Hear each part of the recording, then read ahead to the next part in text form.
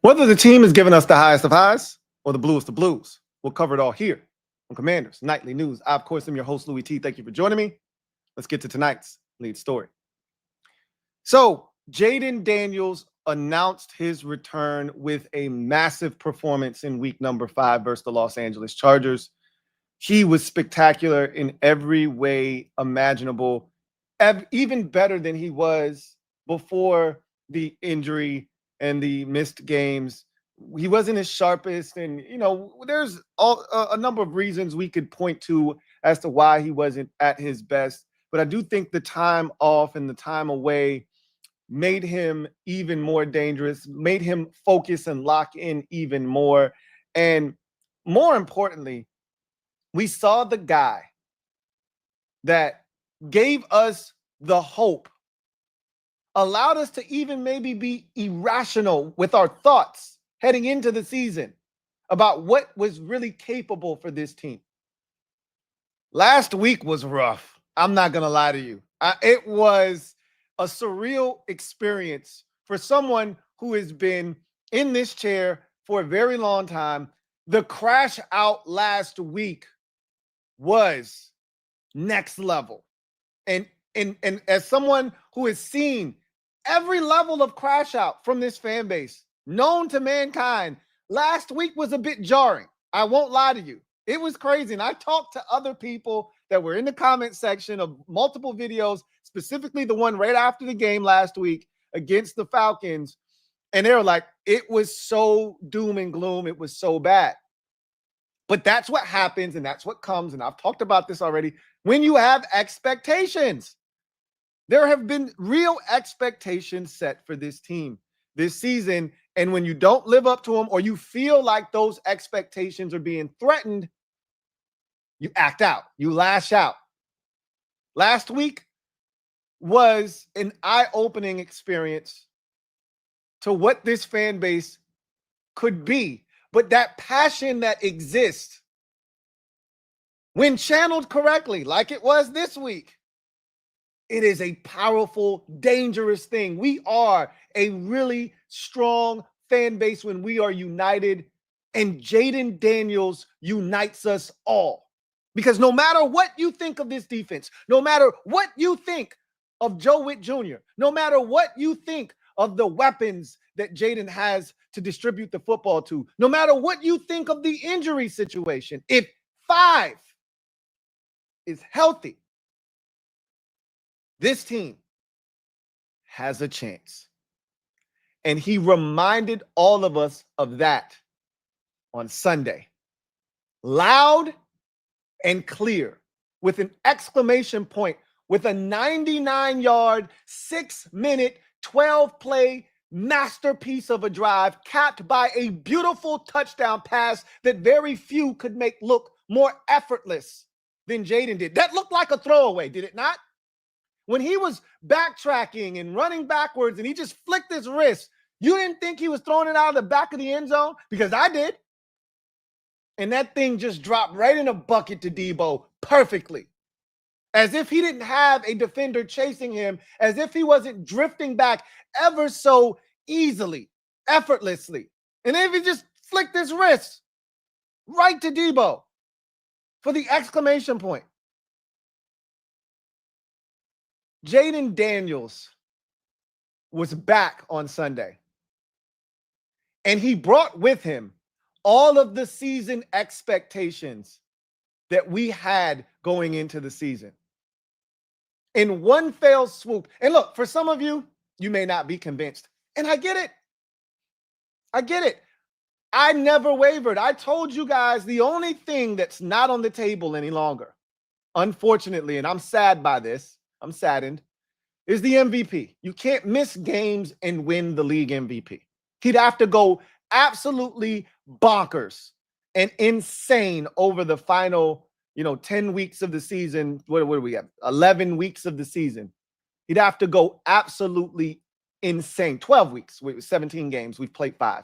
He'd have to go crazy over the last 12 weeks of the season for this team in order for him to be even in that conversation. They'd have to be a couple of 3 or 4 touchdown pass games. They'd have to be a game where he probably ran for almost or over 100, and he took over a game, and it have to happen multiple times, and it have to happen against some big time opponents, and it have to happen on one of these big stages, whether it's Monday night against the Chiefs, a 425 kick against the Lions, or one of those other games, Seattle, Denver on a Sunday night, etc. Right? It have to be those types of performances in those types of arenas. But forget about all that.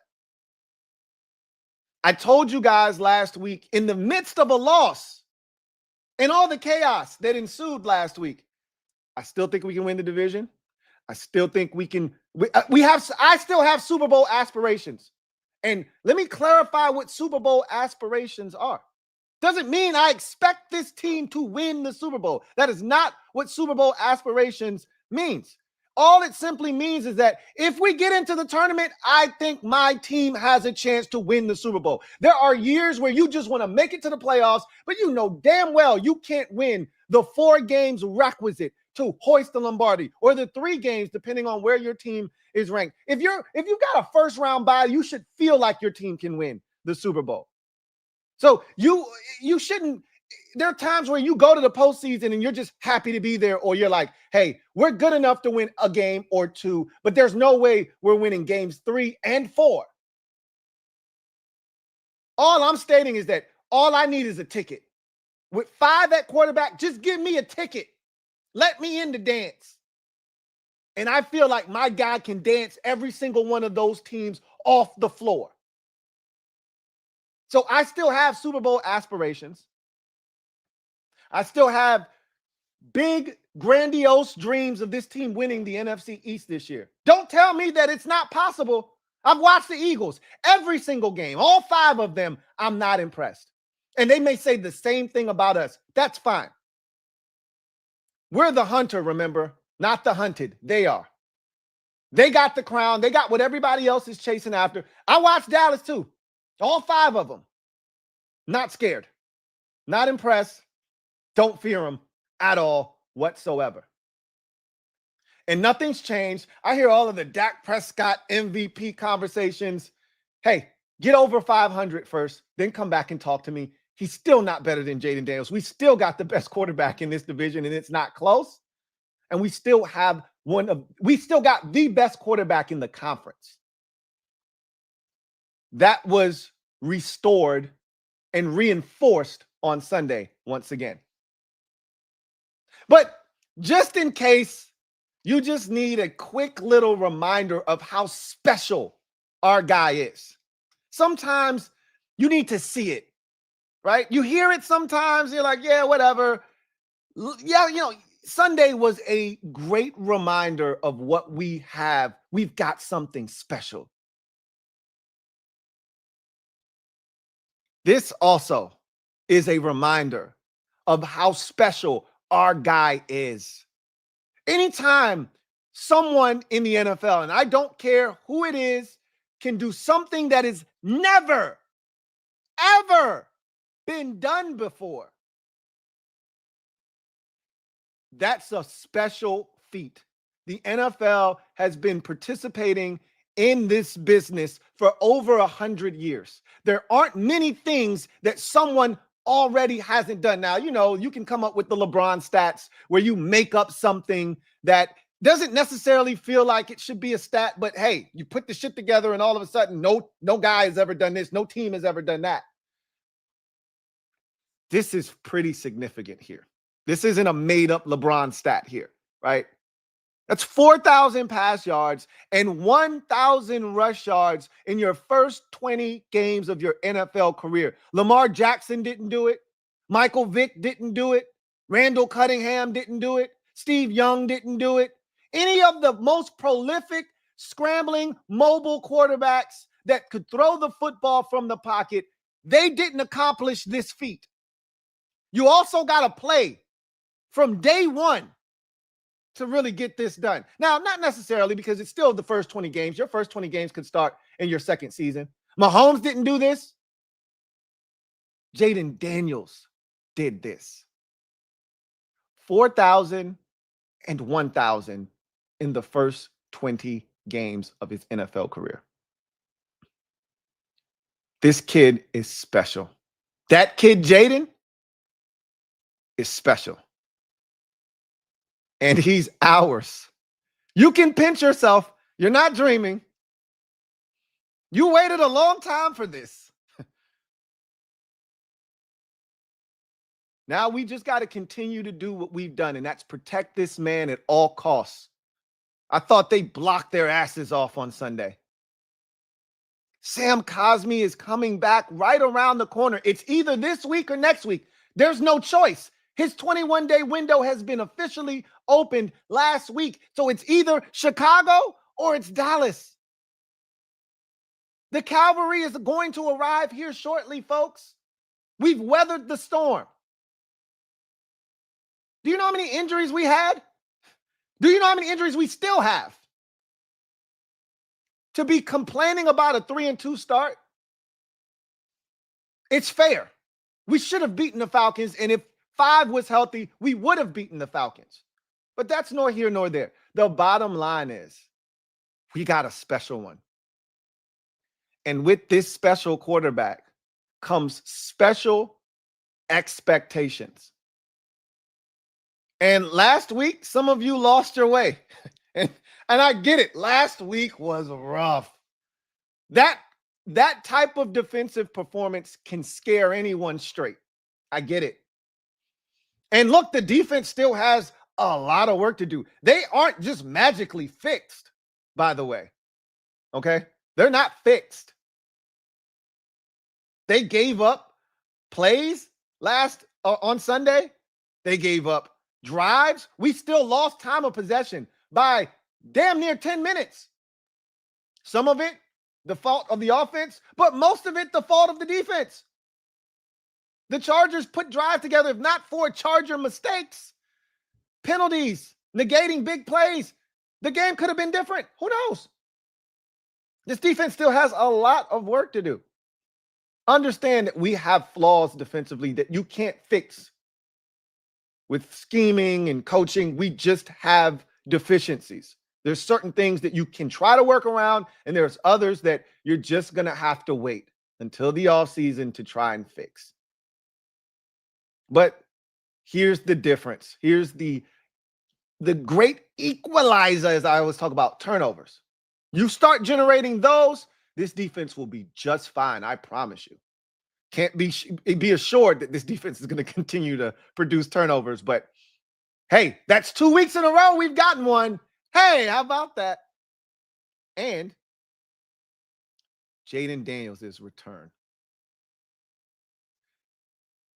You can't tell me that this game wasn't different with 5 in there, because there were drives that were kept alive that with Marcus Mariota probably ends up being a punt. Great example. We're down 10-0 after the fumble recovery. We're down 10-0. It's 3rd and 16, folks. I guarantee you Marcus Mariota isn't drilling that football in there to Jalen Lane for a first down on 3rd and 16. I'm not saying, I'm just saying. And this isn't made to shit on Marcus Mariota. He's been fantastic, and I still think we've got one of the, if not the best backup quarterback situations in all of the National Football League. We're blessed to have Marcus Mariota here. But it's different with Jayden. There were times where Jayden took off, picked up big yardage, first downs, etc., put us in very manageable down and distances. We were 2 of 7 on 3rd downs. Let me explain to you the significance there. We were 1 of 8 last week. So 2 of 7 isn't that much different than 1 of 8. The biggest difference in the two is that last week we had much shorter fields, right?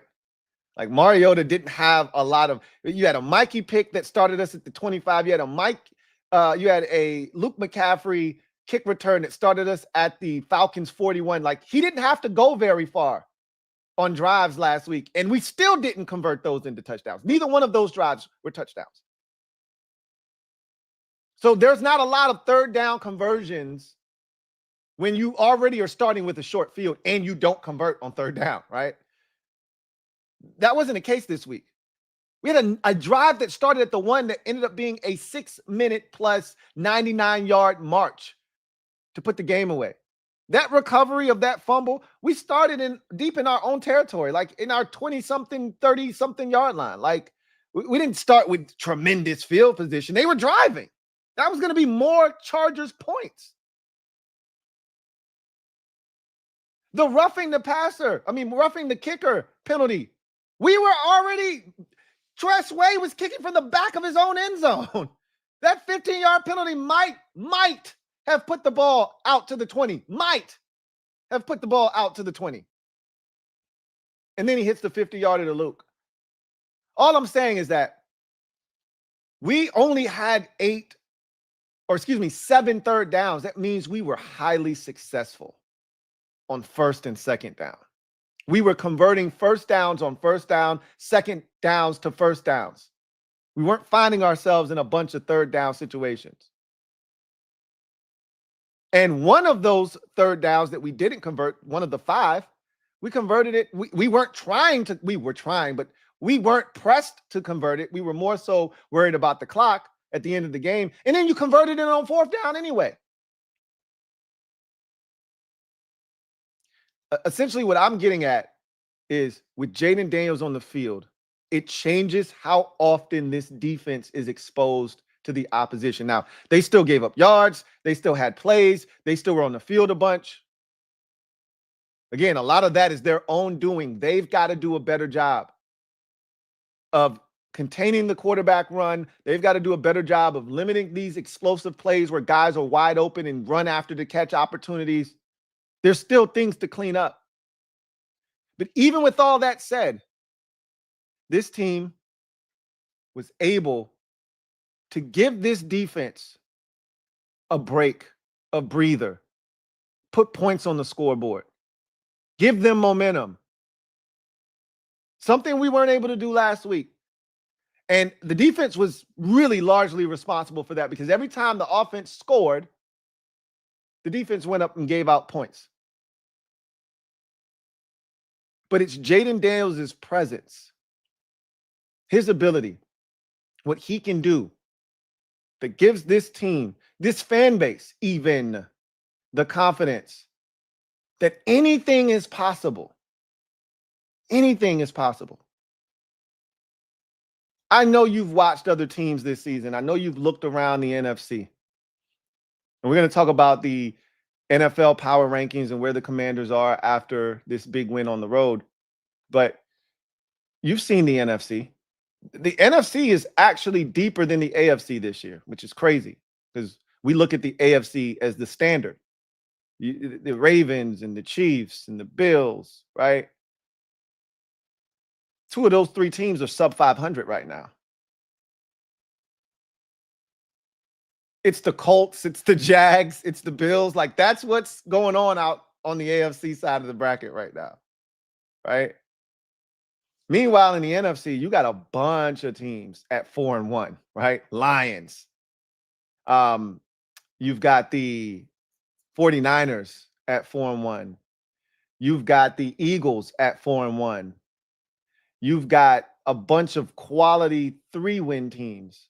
The Rams are a really good 3-win team, right? 3-2. Seattle's really good. Tampa Bay, I forgot about them. It's easy to forget about Tampa Bay, but they're 4-1. Like there's a lot of good teams in the NFC. It's easy to forget about the Commanders, right? You lose to the Falcons, people start to forget about you. We're kind of down the list a little bit. You're not in front of Tampa Bay. You're not in front of Philadelphia. You're not in front of San Francisco. You're not in front of the Rams. You're not in front of Green Bay. You're not in front of Seattle. Like, there's a lot of teams, and I may have left out. I don't know if I said Detroit, but there's a lot of teams that are ahead of us. We're not on the radar right now. As crazy as that sounds. Not that I necessarily like it like this, because I'm over the whole, well, nobody's checking for us. We're under the radar. Look, if you want to be a triple P, You got to acknowledge and have people acknowledge who you are and know that they're coming for you and be ready and still kick ass. Can't always be, oh, there ain't nobody checking for us. We under the radar. We can sneak up on somebody. Bullshit.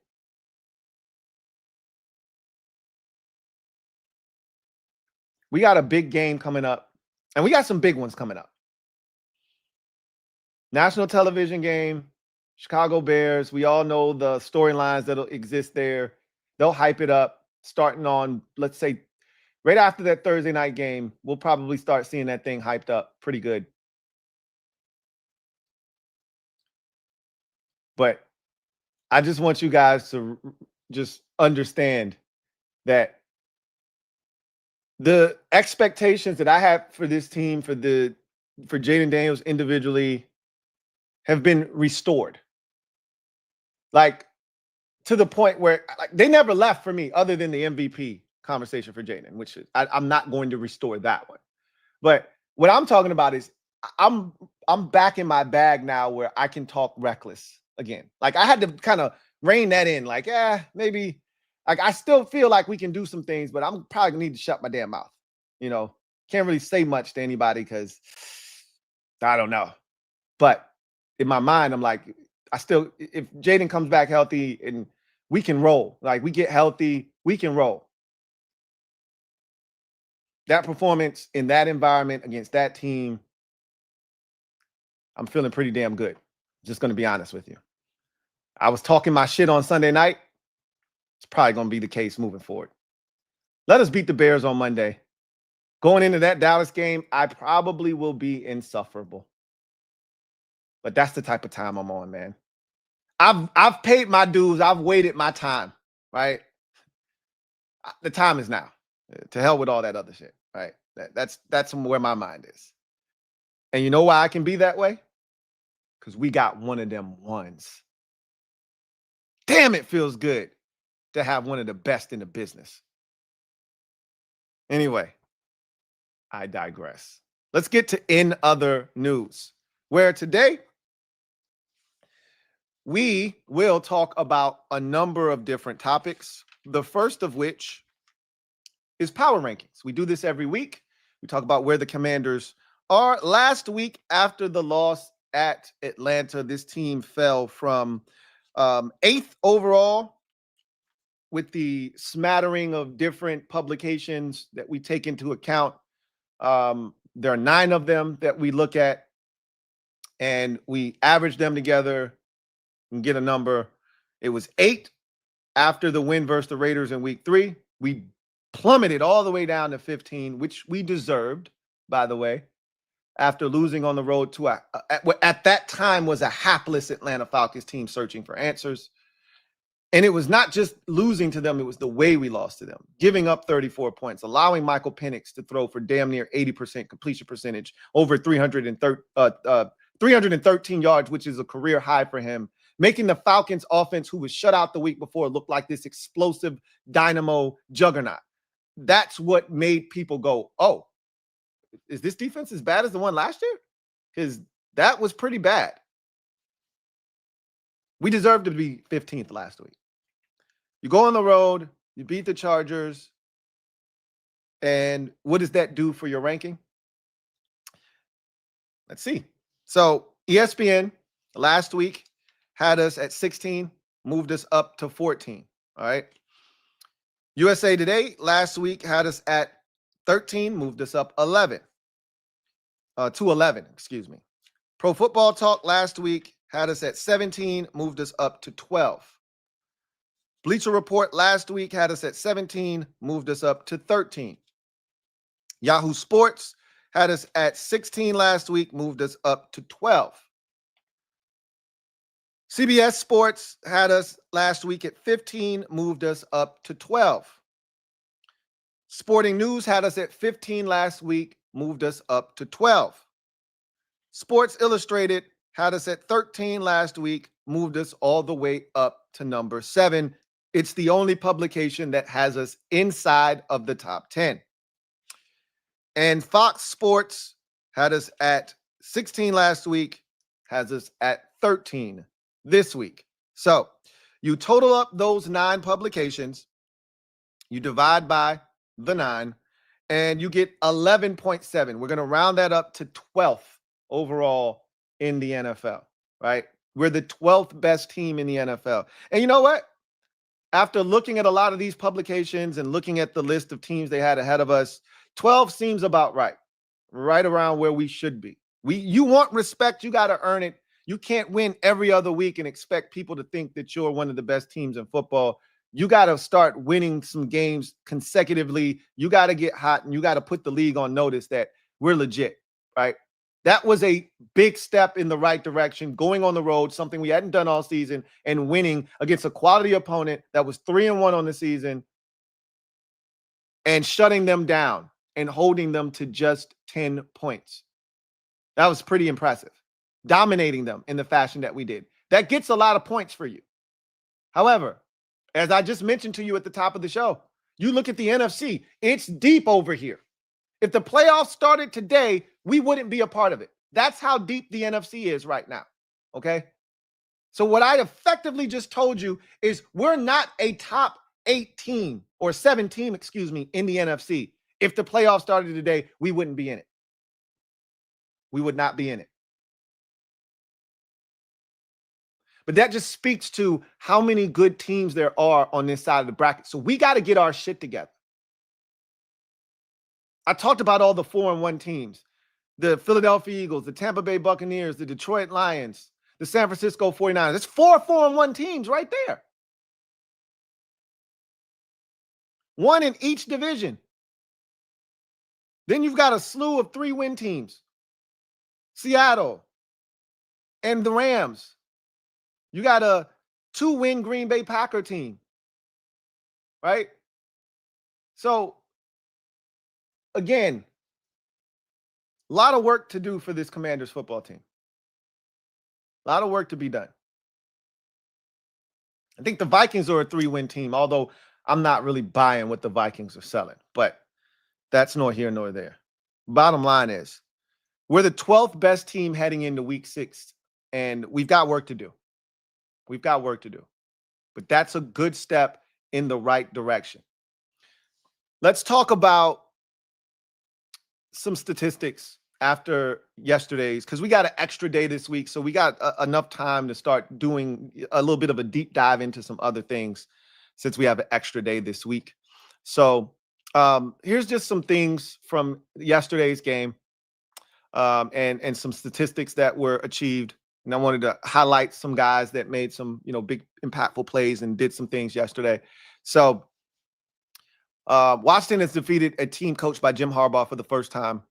The team was previously 0-3 with losses in 2011, 2013, and 2014 when he was a member of the San Francisco 49ers organization. Washington started 2-0 versus the AFC West for the first time since 1992 and the first time since division realignment in 2002. So that's a division that we've struggled with routinely. We've struggled against the Chargers on the road. We've struggled against Denver on the road, even though we beat Denver on the road with Sam Howell back in what was that, 2022, right? Or was that was 2023, excuse me. So we did beat Denver on the road that year, but we had struggled in Denver before that, right? We had talked about it then when the last time we had won in Denver, right? Washington has scored. This is pretty impressive, and I didn't realize this. Washington has scored at least 18 points in 22 straight games, which is the 10th longest streak in NFL history. So what that effectively says is that as long as Cliff Kingsbury is the offensive coordinator and Jayden Daniels or Marcus Mariota are at quarterback, this team's going to score points. And you've seen the injuries. You've seen the collection of guys that we have out on the field with our quarterbacks. And the fact that we're still able to put up points is pretty damn impressive. Per StatHead, Washington's 99-yard touchdown drive in the fourth quarter is their longest offensive drive since 2001, the Marty Schottenheimer year. Wowzers. Now, you can't get any longer than 99 yards. Okay, so just so we're clear, there's not a 99.5-yard drive. There's not a 100-yard drive. The furthest you can go is 99 yards on a touchdown drive. But we haven't done that since 2001. You're talking about damn near a quarter of a century. Pretty impressive stuff.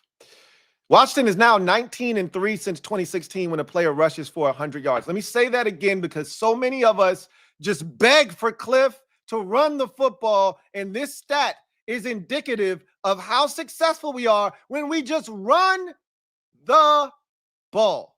Washington is now 19-3 since 2016 when a player rushes for at least 100 yards. You're going all the way back to 20. But first of all, only 22 times that you've had a 100-yard rusher since 2016 is nasty work, first and foremost. Okay. So let me state that. That's not good. Okay. You're almost talking about a full decade, and you've only had 22 100-yard rush performances in that time frame. That said, when we do have someone hit the century mark rushing the football, you see the results. So I advocate for more, opportunities for Bill in particular. He's the guy that's more likely to eclipse the century mark if you give him the football 15 to 20 times. He's the guy, right? You give it to him 15 times, he's more likely to net you 106 yards than any other back we have in our backfield. So instead of divvying that up and slicing it up, just make sure Bill gets his, and we'll figure out the rest of it as we go along, right? Washington recorded 1 fumble recovery and 1 interception for the first time since week 10 of 2024. Washington has 3 wins this season and has lost the time of possession in each game. That's not good, right? That's not something that I feel like is sustainable. We can't keep doing this.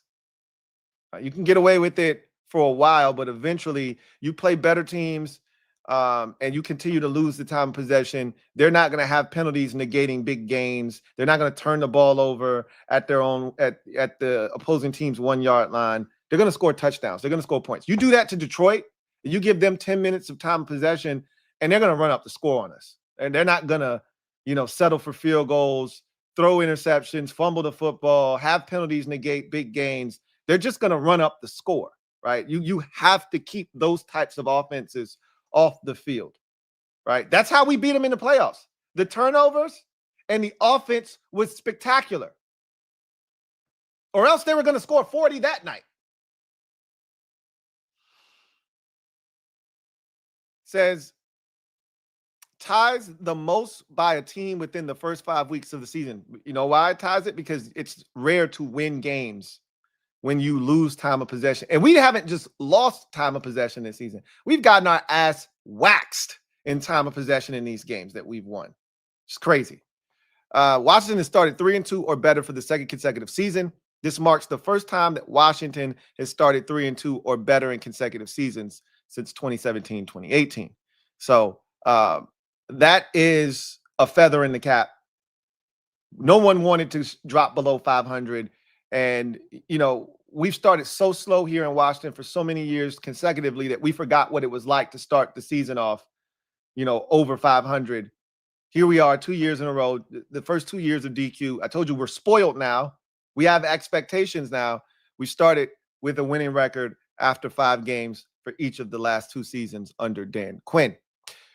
Washington has started 2-0 versus the AFC for the second consecutive season. This marks the first time that Washington started 2-0 against the AFC in consecutive seasons since 2002-03.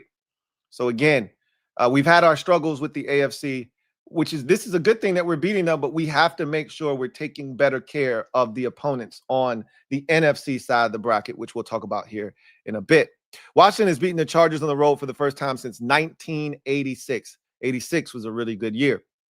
We had the same conversation when we talked about Green Bay earlier this year, and we did not get it done. So it was good to finally get one of these done to end one of these nasty streaks of losing to a team for, we're talking about 4 decades. That's what we're talking about here, basically.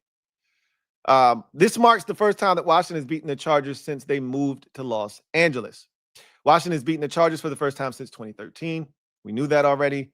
Washington held quarterback Justin Herbert to 166 passing yards. It was the 8th fewest passing yards in a single game in Herbert's 84 career starts. Washington allowed 0 second-half points for the first time since Week 7 of 2023. The win marked Dan Quinn's head coach Dan Quinn's first ever victory versus the Chargers as a head coach. So that is pretty cool that we could do that for DQ, get him his first win over the Chargers in his NFL career. You move on to some other talking points here, and I really wanted to focus in on Dorrance Armstrong in particular. Him and Bobby Wagner and Mikey Sainristil are the ones that I really want to talk about here. So Dorrance Armstrong had 3 tackles, 2 sacks, 2 tackles for loss, and 2 quarterback hits. He was just an animal in this game, a uncaged beast is what he was against an inferior offensive line, which is what I expect. You put these guys up against a compromised offensive line or one that we feel like we're supposed to dominate. That's what I'm looking for right there. Armstrong is the first Washington player with at least 5 sacks in the first 5 weeks of the season since linebacker Ryan Kerrigan back in 2014. So we haven't had a player with 5 sacks through the first 5 weeks in over a decade. Again, you can't make this stuff up, man. You know, that, I mean, not that that's the easiest thing to do, but when you start to look back at, we had nothing for so long. God, we were deprived for so long. I'm proud of y'all who hung in there. We were ass for a very long time. And just thinking about some of these statistics, and you see some of the things that, you know, we've done this for the first time since, and you just start to think about it and you're like, God, we were ass. There were years where Ryan Terrain was our lead tailback. Robert Kelly was our lead tailback. Like, you can't make some of these names up.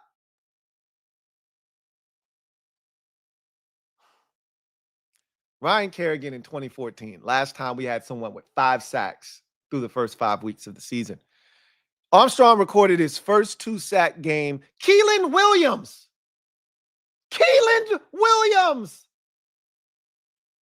Armstrong recorded his first 2-sack game since week 1 of the 2023 season and first multi-sack game since week 4 of the 2024 season. That was against Arizona. That's the only game he's had 2 sacks in as a Commander.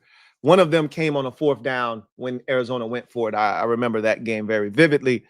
Armstrong has recorded his 5th sack of the season, which matches his season total from last year. Let me say that again, just so you understand the start that this man has gotten off to.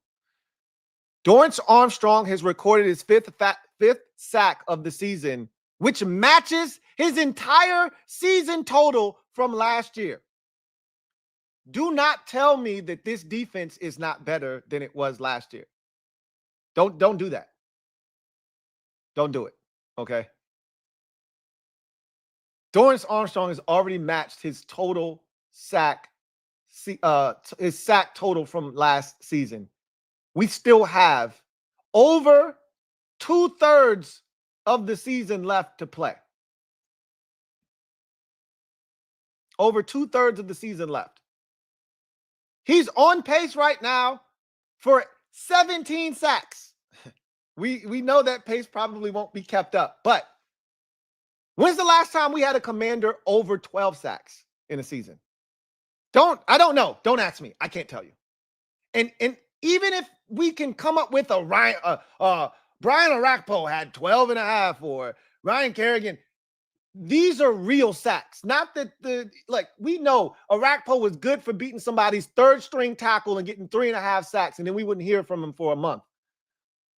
And we'd look up and he had 10.5 at the end of the season because he did that 3 times. This is different. This is different. Armstrong joins defensive end Jamal Duff, who had 2 in 1998. Who here? Raise your hand if you know who the hell Jamal Duff is. Raise your hand. And Dexter Manley in 1986 as the only players in Washington history to record multiple official sacks against the Chargers in a single game. All right. So that was more Charger specific there.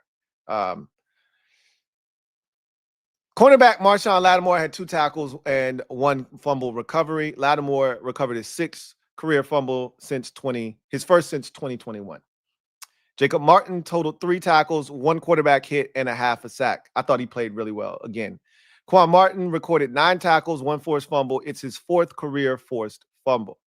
Quan had a really impactful game on Sunday. Von Miller had 3 total tackles, 1.5 sacks, 2 quarterback hits, and 1 tackle for loss. Hey, Von be getting the most. Von is a scavenger at this point in his career. Let's call it what it is. Von Miller is a scavenger. He don't create his own sacks, but he definitely will eat somebody else's sacks. Like, hey, you did the work. Let me reap the benefits. I ain't mad at it. I ain't glad at it, but I ain't mad at it.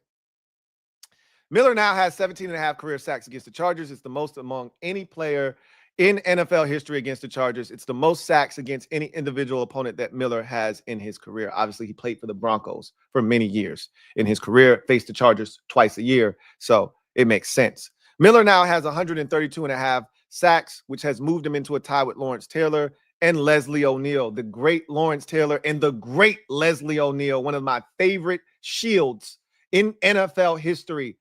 Leslie O'Neal, the Los Angeles, or then the San Diego Charger, 132.5 sacks. Very underrated pass rusher. For 14th all-time in NFL history in official sacks since 1982. He's going to move up that list, hopefully this year, as he continues to hopefully bag more quarterbacks as a member of the Commanders. Mikey Sainristil had 7 total tackles, 2 passes defense, and 1 interception, and some big boy tackles in this game as well.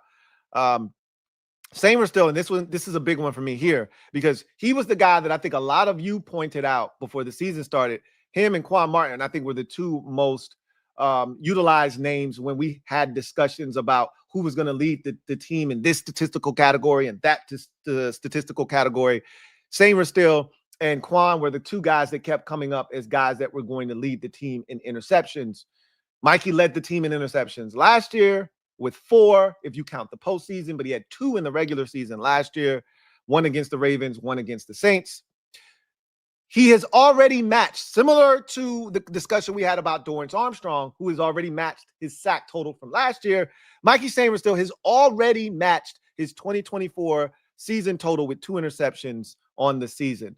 So he's trending in the right direction. That's 2 weeks in a row for Mikey. He's one of the few guys on the defensive side of the football that just has a knack and a penchant for being where the football is. Good things happen to those who find themselves around the football, and no one finds themselves around the football with the knack for taking it away like Mikey Sainristil on the defensive side of the football.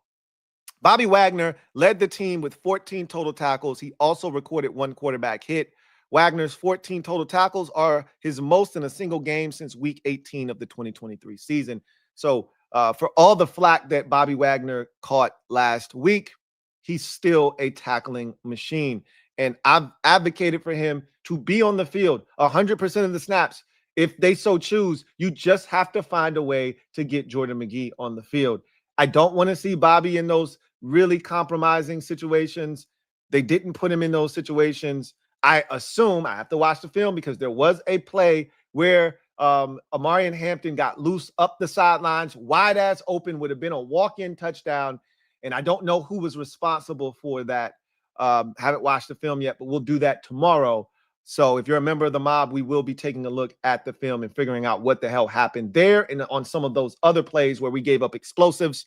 But Wagner is still an influential and impactful part of this defense. This defense does not run without his presence on the field, being the green dot communicator. So I just want to continue to talk about Dorrance Armstrong for a second. Let's extend this conversation.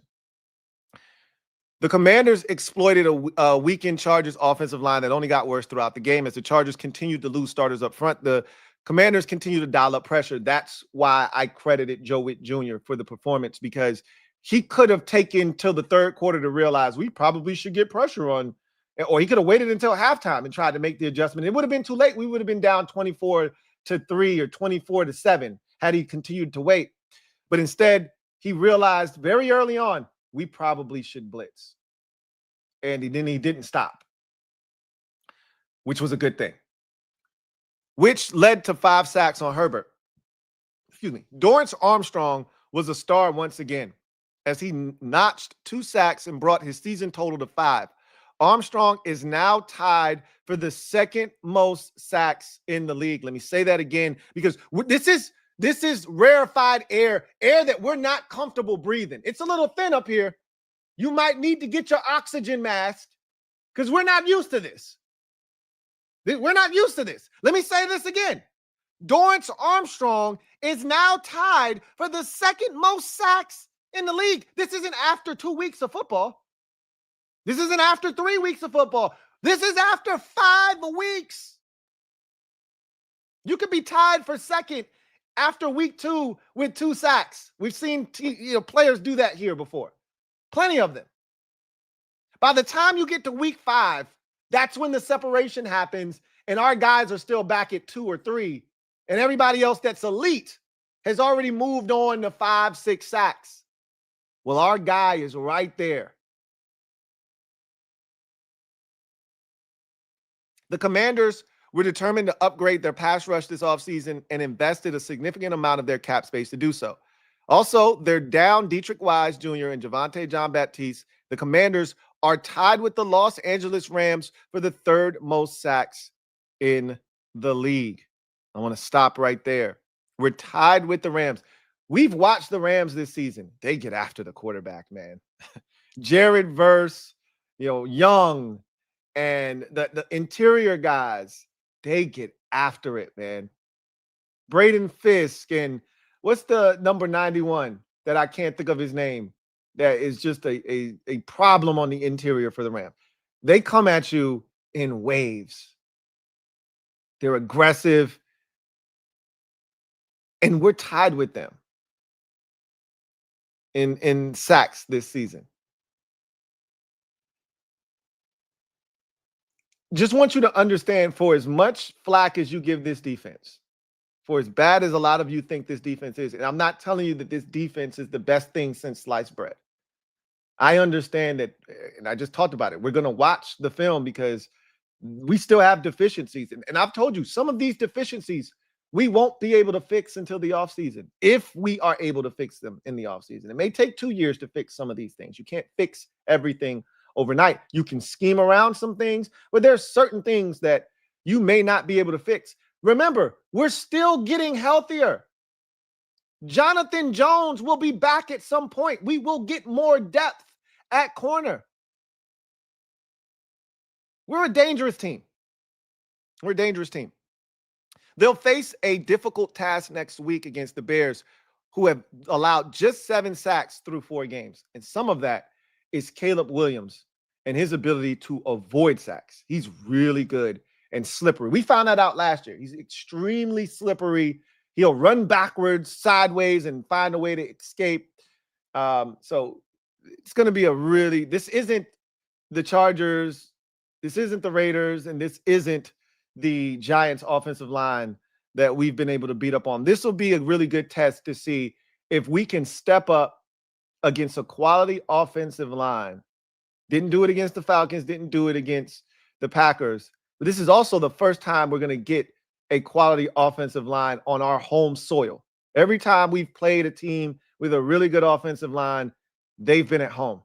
This is going to be our first opportunity to get a team that has a quality offensive line. They revamped, just like we revamped our defensive line, they revamped their offensive line in front of Caleb Williams. And it's paid off to this point.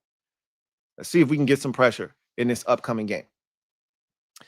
Now we'll take a look at the NFC East standings, something we'll try to do. Kobe Turner, that's his name. Thank you so much about Kobe Turner. Kobe is a dog. Kobe Turner is a dog. That Rams defensive front is no joke, and we're tied with them. Just want you to keep that in mind, okay?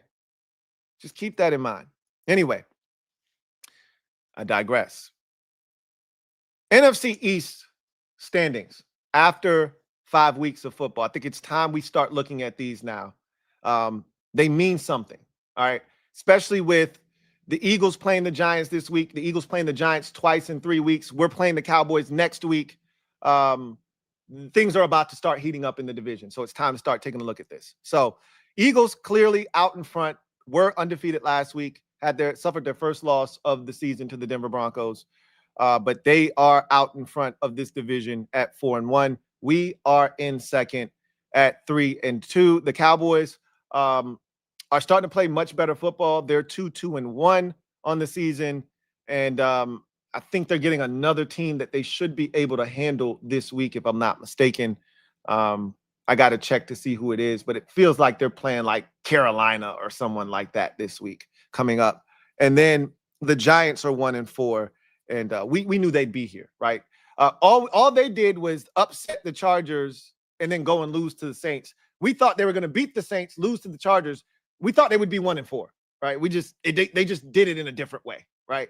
They shouldn't win another game here for the next 6 to 7 weeks. I think we talked about them being like 1-11, something like that, 1-10. That's the trajectory that they're on. They may sneak somebody. It's not, out of the realm of possibility that they sneak someone, but it doesn't feel like that's going to happen anytime soon, right?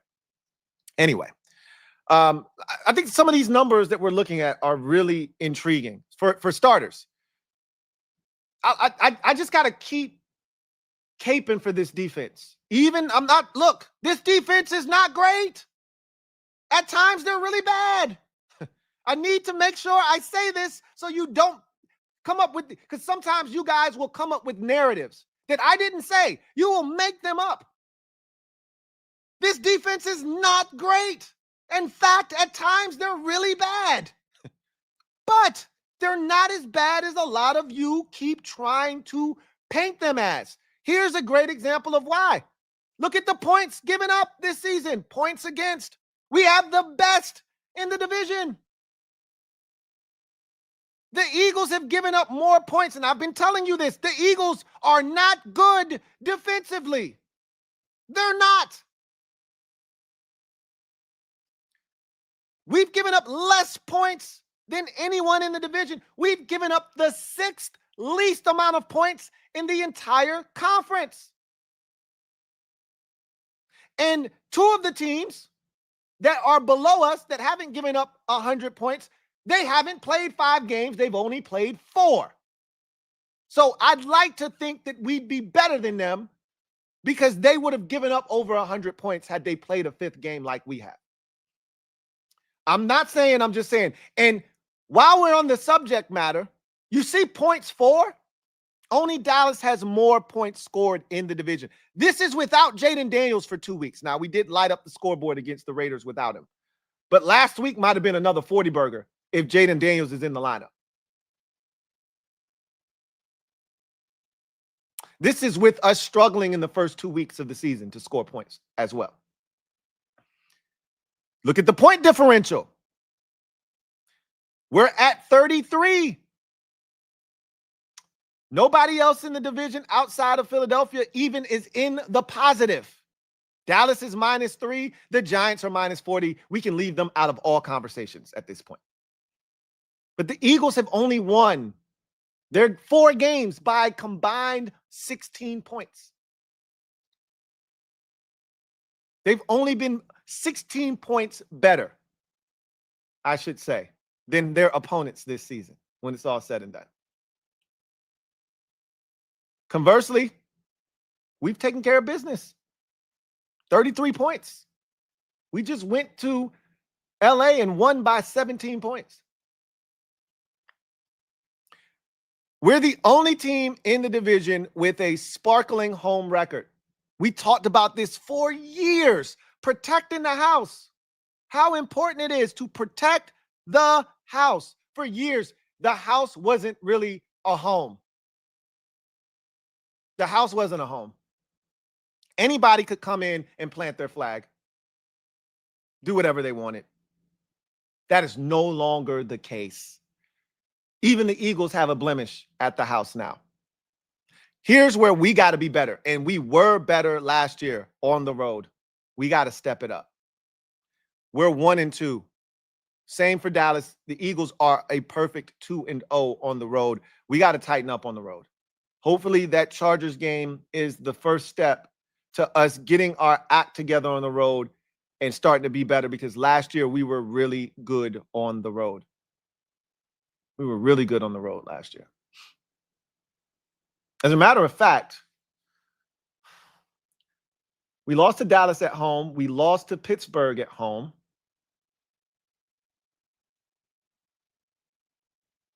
We lost to the Buccaneers on the road. We lost to the Eagles on the road. And we had one more loss. The Ravens on the road. So Tampa on the road, Philly on the road. So last year, we were, because you had the extra game at home, I believe, last year. I think we got the extra road game this year because of the AFC thing that they do every other year. Just trying to think of what our record was at home last year. I think we had the extra home game last year.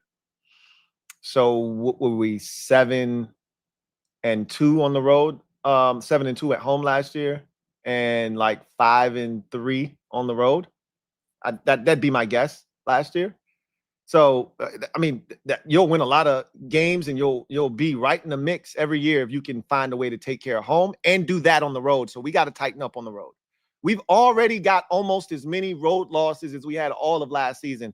We got to tighten up on the road. As you can see, we've only played one divisional game. So taking care of that. If you want to win the division, you got to win divisional games, period. End of discussion.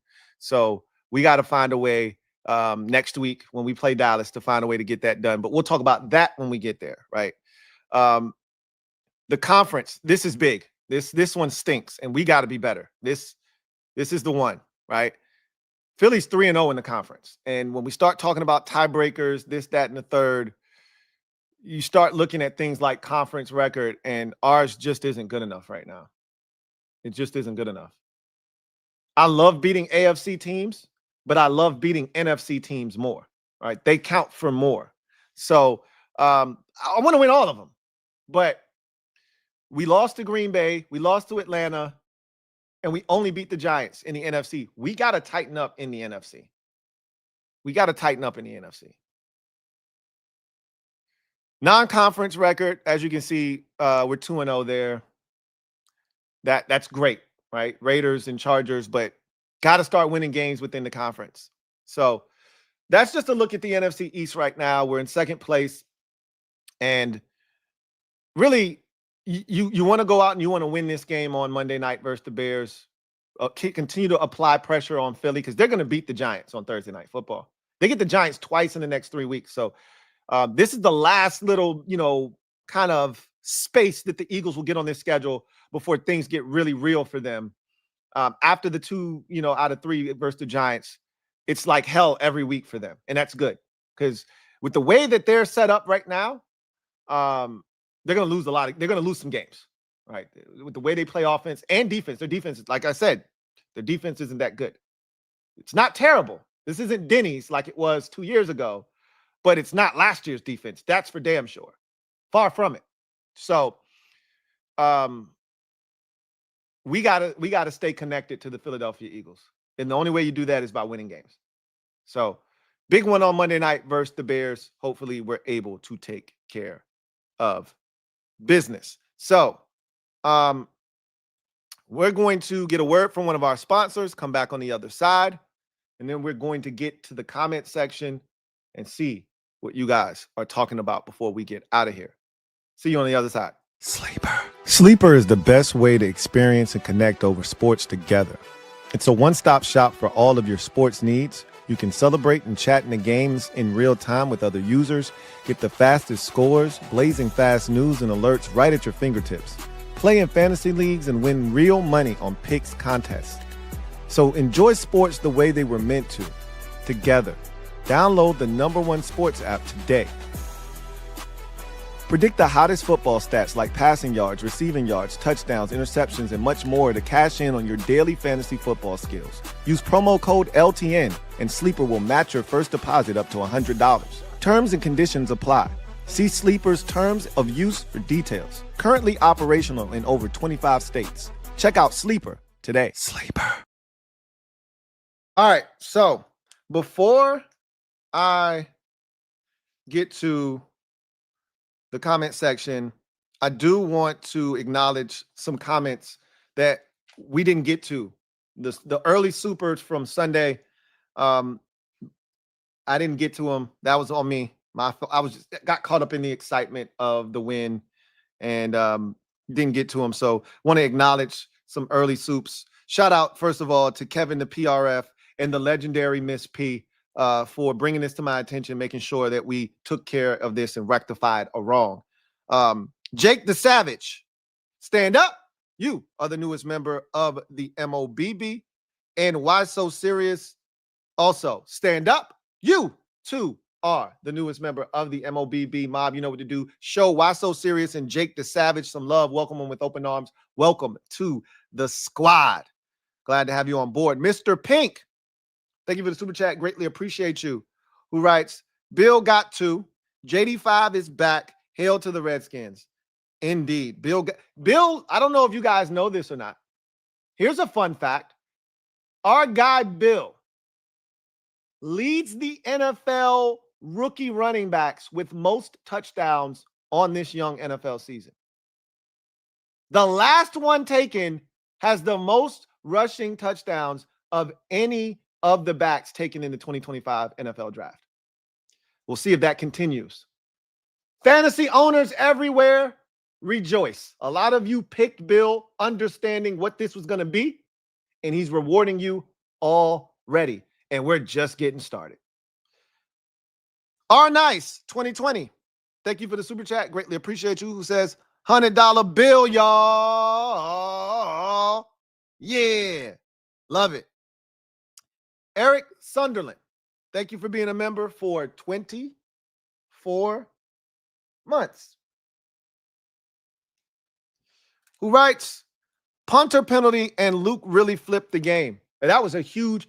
So the biggest play in the game, without question, was the Quan Martin play. Without question. That's the biggest play of the game. The second biggest sequence and the second biggest play is the roughing the punter, the roughing the kicker. Because without that, I don't know if the punt return for the touchdown happens. We already knew there was a flags, and they already said it was roughing the kicker more likely than that. But he did run that back for a touchdown. It's easy to forget that Ladd McConkey ran that whole back for a touchdown, right? Also, they were going to get tremendous field position. Even if we tackle Ladd McConkey and the roughing the kicker never happens, and they're going to be inside of Commanders' territory. They're going to get points. At that time, the score was 10-7. Whether they get a field goal or a touchdown, doesn't matter. It extends their lead, and it's a different ball game instead of it turning out to be a 10-10 game at the half, right? So, huge play. Because even after the roughing penalty, as I said earlier, we were still deep in our own territory. I don't even know if that put the ball out at the 20 or not. If it did, it went barely past the 20. You still had to hit the 50-yarder to Luke to flip the field position and put us in a position to get points. So that was a big sequence, Eric, for sure. Corwin Smith, thank you for the super chat. Greatly appreciate you. Who writes, balance win on both sides of the ball. Hashtag SOTG. It was a complimentary game. Matt Gay, good on all kicks, all three of his extra points in both of his field goals. You had the defense create 2 turnovers that were massive. And you had the offense, take advantage of opportunities, put the ball in the end zone, put points on the scoreboard, sustained offense, especially in the second half. This was a real quality win. So shout out to Kevin, the PRF, and the legendary Miss P once again for those comments. Now let's get to the comment section with you all today. And we start off with JB3. Thank you for the super chat. Greatly appreciate you. JB3 writes, Louie, I don't agree with your take that there are no dominant teams when we're healthy. Bill gets his. The opposing team doesn't run outside. Defense communicates. It's not Thursday. We are dominant. I can't agree with that, JB3. We got too many deficiencies defensively right now to be a dominant team, right? Here's what we can do. We can beat anybody on any given day because we have 5 and we're an improved football team. And so, the thing about being dominant is what it does is it puts everyone else in a position where you have to be perfect when you're playing this team, or else you're not going to beat them because they're just better than you. You don't have to be perfect this year to play Philadelphia and win, right? You can make a mistake or two and still beat the Philadelphia Eagles. They're very beatable. Same thing can be said for the Chiefs, for the Bills. Like, everyone's flawed. The Lions aren't this dominant juggernaut. You can beat the Lions. The Lions secondary still stinks. It still stinks. They're still begging for someone to get pressure on the quarterback opposite of Aiden Hutchinson. You can exploit the Lions defensively. Their offense is still really good. But defensively, you can exploit them. They don't scare anyone.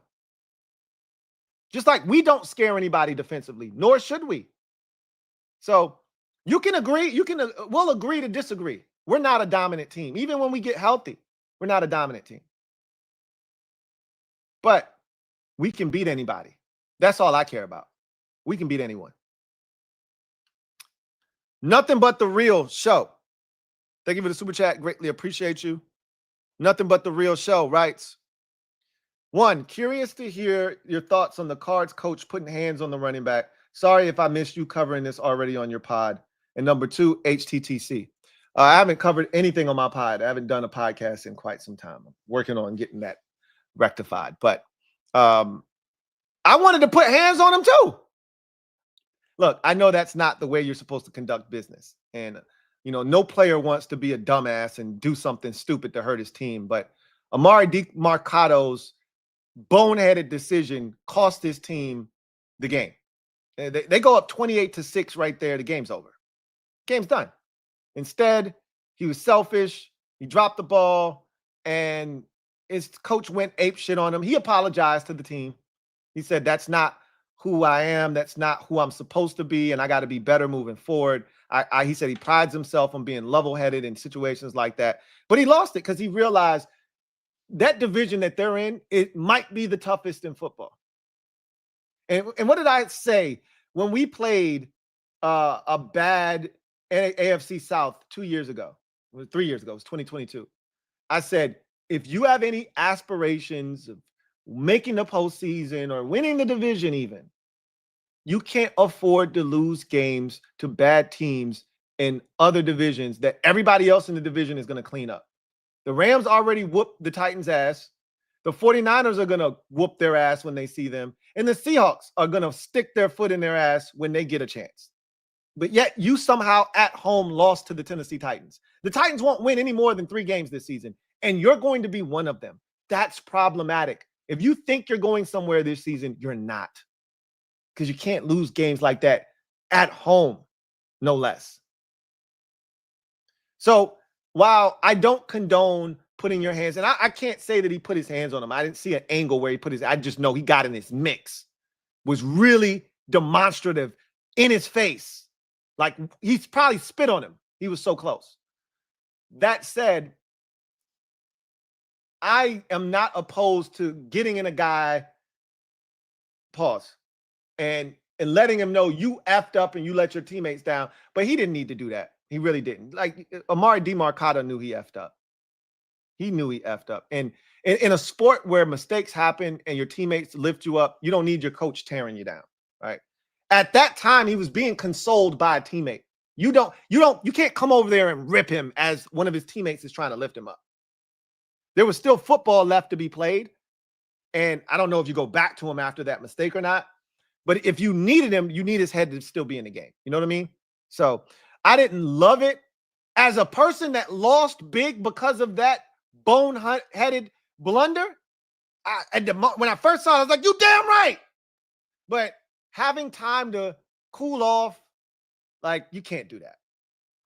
You can't do that. You know what I mean?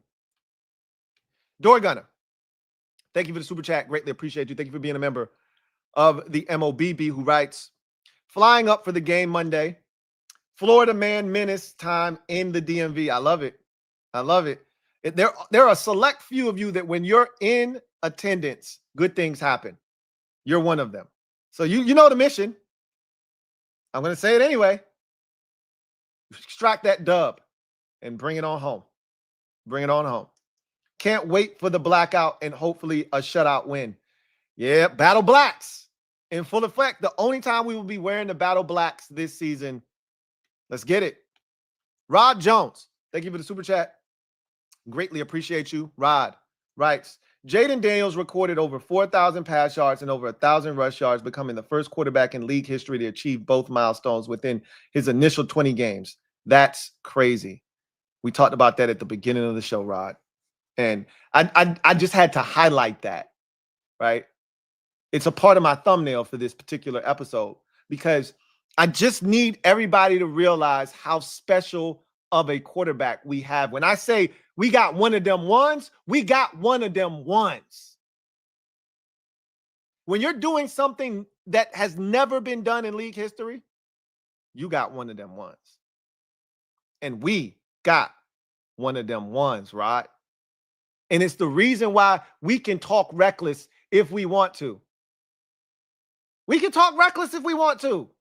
As long as 5 is healthy, he ain't gonna kill it every game. They're gonna be those Green Bay games where we just get, we get our asses kicked, or it just doesn't go well for us that day. It happens to the best of them. Every quarterback's gonna have games like that. He's just gonna have less of those games because of who he is and his talent. But you best believe every time he laces them up and every time he steps on the field, we got a chance. And that's all you can ask for as a fan. We don't go into any game saying, well, no chance of winning this one. Not with 5 out there. I don't give a shit who we playing. We got a chance. And that is what having one of them ones at quarterback does. It instills ultimate confidence in a fan like myself, like you all out there. Ultimate confidence. We ain't never had that before. Not even with Robert Griffin III. Although in 2012, it did get really, really crazy. But this is different. Mario Dominguez, thank you for the super chat. Greatly appreciate you. Double up. Thank you for doubling up, Mario. Who writes? What's up, Lou? What's up, Mario? I was there live Sunday. The defense chants on third down were loud. I heard that the burgundy and gold was in full effect. We thought we could turn that one into a road game for the Chargers, but to hear, we heard some of those chants on TV, and I saw the pictures after the game of what it looked like before the game, what it looked like during the game, and then hearing feedback from people that were in attendance. Even a Chargers fan hit me up, the same guy that I had on the show when I did the Behind Enemy Lines, my guy Craig Smith. He hit me up and he told me a funny story about a Commanders fan that he was sitting next to at the game.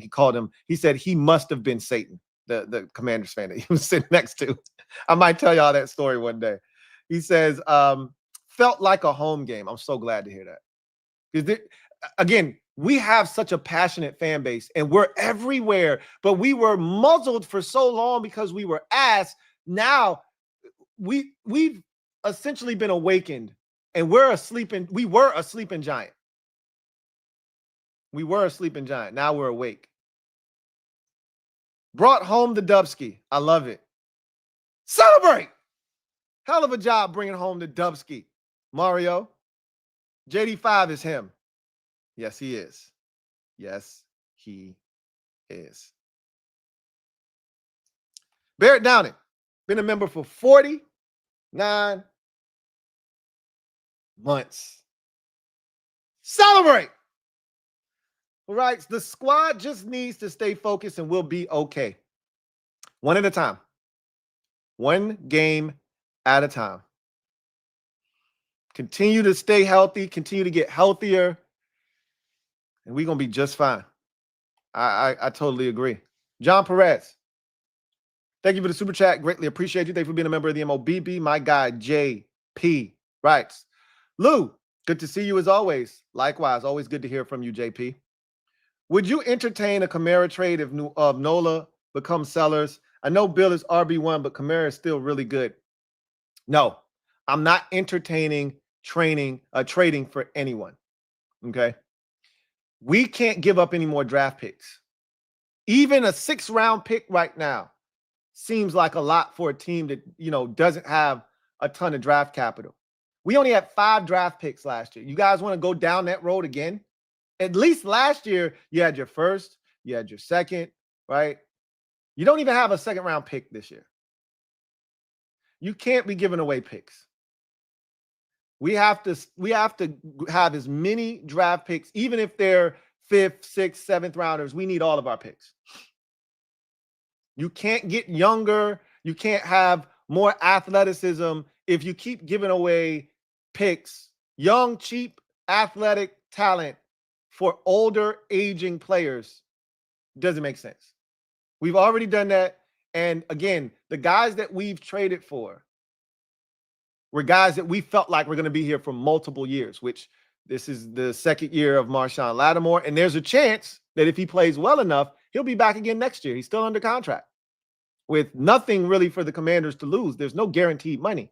So he could be back again next year. And Laramie Tunsil is going to probably retire a Commander at this point. The way that this is trending, he's going to get that extension this offseason. He's not going anywhere. There's been absolutely zero noise being made from off that left side. That is a comfort in itself. Like, there's some discussions that we do need to have, and that is one of them. This offensive line has been really good this season. In the run game, like, sans for the game against Green Bay, where everybody went crazy. Oh, my God, this offensive line. Hey, just quick question. Did anybody notice Josh Connolly Jr. on the field on Sunday? Show of hands. If you realized that Josh Connolly Jr. was out there, raise your hand. Did you hear his name called? Was there a penalty? I think that was his first week where he didn't have a penalty. Did you see him getting beat? I know there was one time there was pressure off that right side. Jayden just calmly stepped up and stepped out and made a throw. I want to say it was to Debo for a sizable gain. But again, Josh Connolly was really good. And I told you, right, those first 3 weeks really were murderous, right? It doesn't get any tougher than that. If he's not seeing that caliber of edge rusher, he should be fine. I expect him to be fine this week as well against the Bears. Montez Sweat isn't on the caliber of the guys that we saw the first 3 weeks. We all know that firsthand. He should be just fine. So we'll have a discussion about this offensive line and some other parts that have been really good to start this season off. But the offensive line has been really, really good. So, no, I'm not interested in trading away any picks, JP. And I do think Kamara still has a little bit of, gas left in the tank, but I'm not interested in giving away any more draft picks. I don't think Adam Peters is interested in giving away any more draft picks. And he shouldn't be, by the way. We're in the pick collection season, not the pick dump season. We need all of our stuff. So anyway, I digress. That's going to do it for me, your man Louie T, here on this installment of Commanders Nightly News. I'm happy to report that the Commanders Kings will be live tonight at, I think, 8:30 p, if I'm not mistaken. So look forward to chopping it up with you guys later on this evening. If you've got nothing else going on, come check out the Kings. We got a lot to discuss, but looking forward to chopping it up with you guys, hopefully tonight. And I hope that there's an NFC East Super Friends stream tomorrow night.